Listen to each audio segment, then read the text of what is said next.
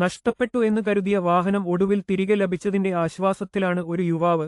ആലപ്പുഴ പുന്നപ്രയിൽ നിന്ന് മോഷണം പോയ മോട്ടോർ സൈക്കിൾ 28 ദിവസങ്ങൾക്ക് ശേഷം ചെങ്ങന്നൂർ ഭാഗത്തുനിന്നാണ് കണ്ടെത്തിയത്.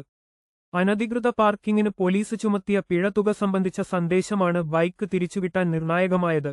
കഴിഞ്ഞ മാസം 22-ാം തീയതി പുലർച്ചെയാണ് പുന്നപ്ര പോലീസ് സ്റ്റേഷൻ പരിധിയിൽ നിന്ന് വാഹനം മോഷണം പോയത്.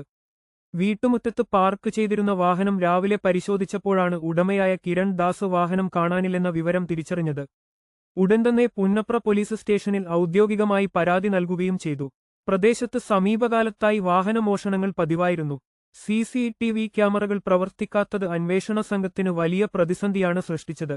ആഴ്ചകൾ പലതു കഴിഞ്ഞിട്ടും യാതൊരു വിവരവും ലഭിക്കാതിരുന്ന സാഹചര്യത്തിലാണ് കഴിഞ്ഞ ദിവസം ഉടമയുടെ മൊബൈൽ ഫോണിലേക്ക് ട്രാഫിക് പെറ്റി അടിച്ചതായി കാണിച്ച് ഔദ്യോഗിക സന്ദേശമെത്തിയത്. സന്ദേശത്തിൽ സംശയം തോന്നിയ ഉടമ വിവരം ഉടൻ തന്നെ പുന്നപ്ര പോലീസിനെ അറിയിച്ചു. പോലീസ് നടത്തിയ പരിശോധനയിൽ വാഹനം ചെങ്ങന്നൂർ റെയിൽവേ സ്റ്റേഷന് പിൻവശത്തുള്ള പാർക്കിംഗ് ഏരിയയിൽ കിടക്കുന്നതായി കണ്ടെത്തി. വാഹനം അനാഥമായി കിടക്കുന്നതായി കണ്ടതിനെ തുടർന്നാണ് അധികൃതർ 500 രൂപ പിഴ ചുമത്തിയത്.